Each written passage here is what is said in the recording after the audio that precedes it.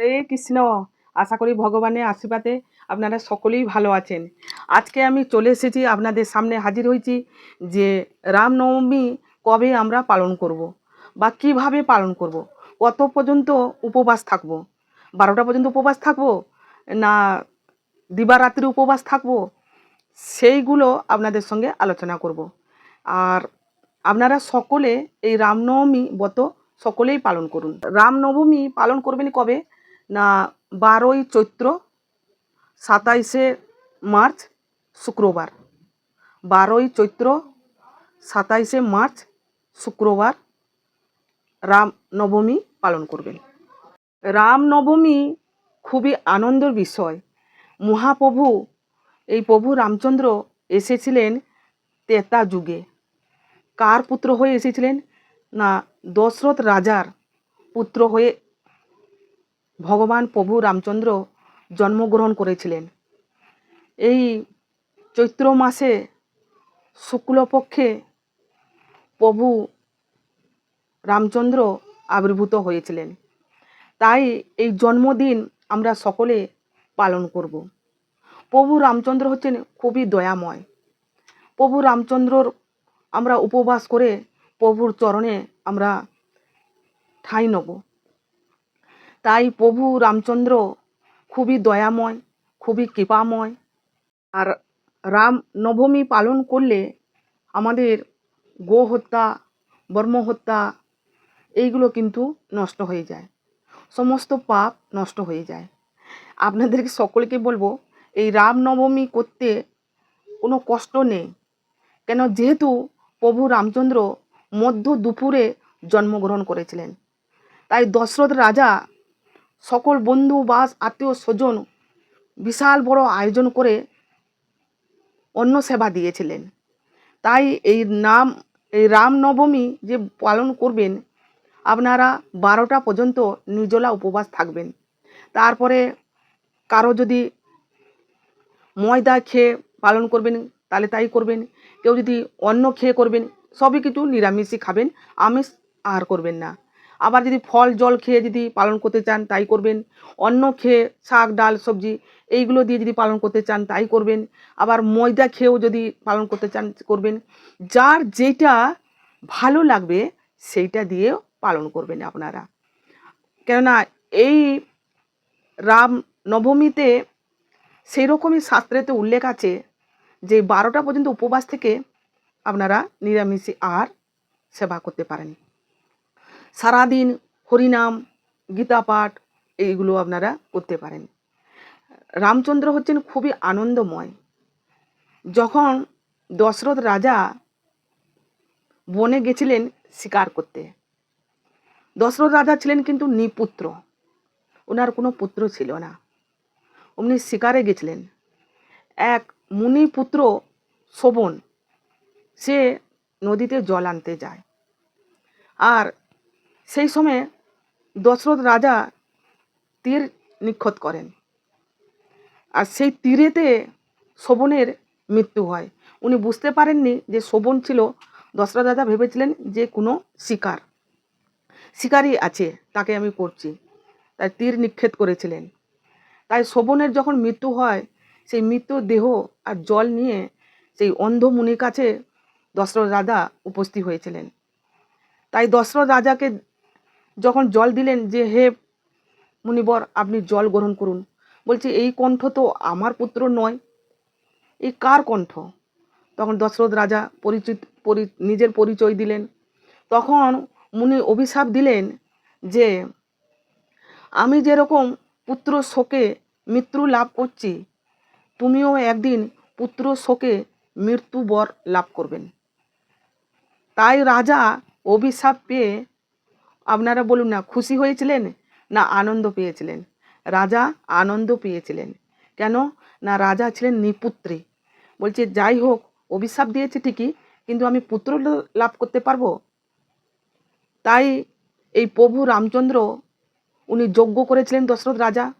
সেই যজ্ঞ থেকে পায়েসের পাত্র উঠেছিল, 3টে রানীকে রাজা ভাগ করে দিয়েছিলেন, তাই 3 রানীর সন্তান হয়েছিল।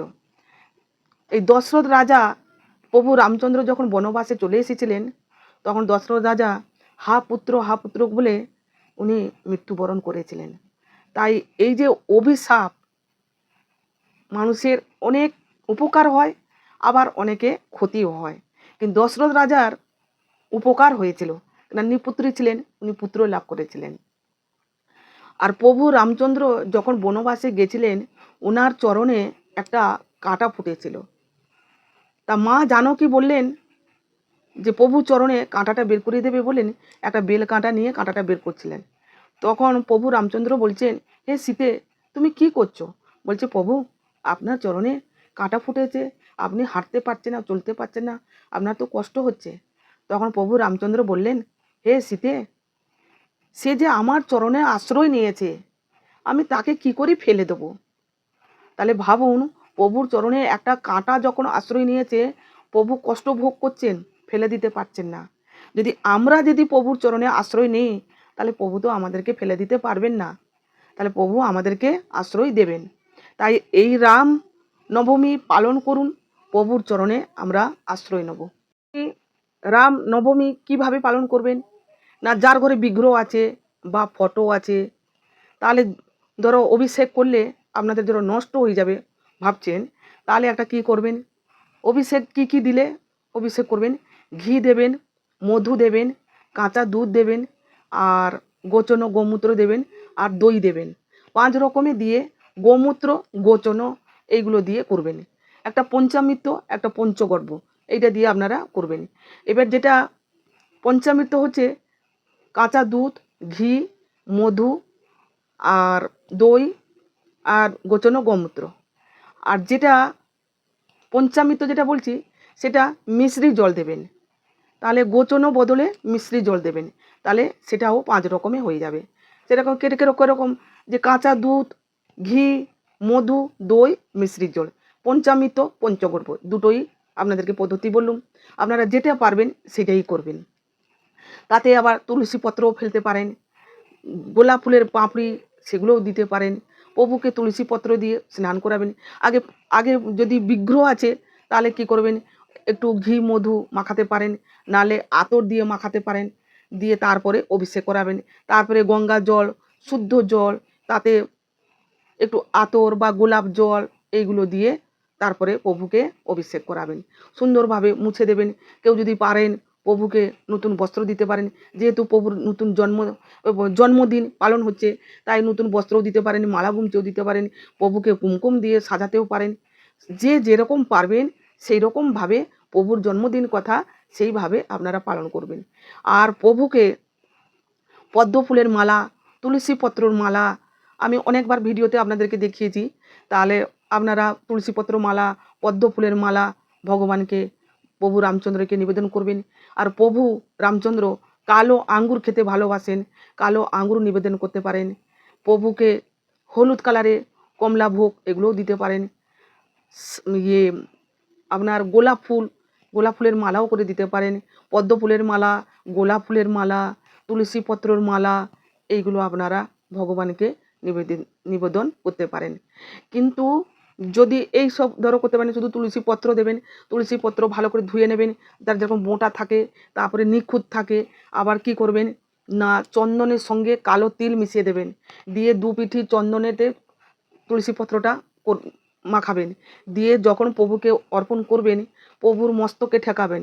এ তো সতিল সচন্দন তুলসী পত্র নম কিং কৃষ্ণায় বাসুদেবায় নম, মস্তকে ঠেকাবেন, চরণে অর্পণ করবেন। এ তো সতিল সচন্দন তুলসী পত্র নম কিং কৃষ্ণায় বাসুদেবায় নম। নিত্যানন্দ প্রভুকে, মহাপ্রভু গৌরাঙ্গকে, গোপালকে, কৃষ্ণকে আপনারা তুলসীপত্র অর্পণ করতে পারেন। এবার তুলসীপত্র আপনার দান করা হলো, তার সঙ্গে তিলও দান করা হলো, তাহলে দুটো দান আপনি করতে পারলেন। তাই জন্য চন্দনের সঙ্গে কালো তিল মিশিয়ে আর তুলসী পাতায় 2 পিঠি লাগিয়ে আপনি অর্পণ করবেন, তাহলে তুলসীপত্র দান আর তিল দান দুটোই আপনি দান করতে পারবেন। রামচন্দ্রকে কাঁচা আম নিবেদন করবেন, আঙ্গুর নিবেদন করবেন, আতা নিবেদন করবেন। যেগুলো প্রভু খেতে ভালোবাসেন সেইগুলো আপনারা নিবেদন করতে পারেন। আর যদি ধরো ঘরে অভিষেক পুজো পাঠ করতে পারবেন না, যে কোনো মন্দিরে গিয়ে আপনারা পুজো দিতে পারেন, সেইখানে অঞ্জলি দিতে পারেন। আর ভগবান হচ্ছেন প্রভু রামচন্দ্র, উনি রঘু বংশ থেকে জন্মগ্রহণ করেছিলেন। তাই বলা হয় রঘুপতি রাঘব রাজা রাম, পতিত পাবন সীতারাম। রঘুপতি রাঘব রাজা রাম, পতিত পাবন সীতারাম।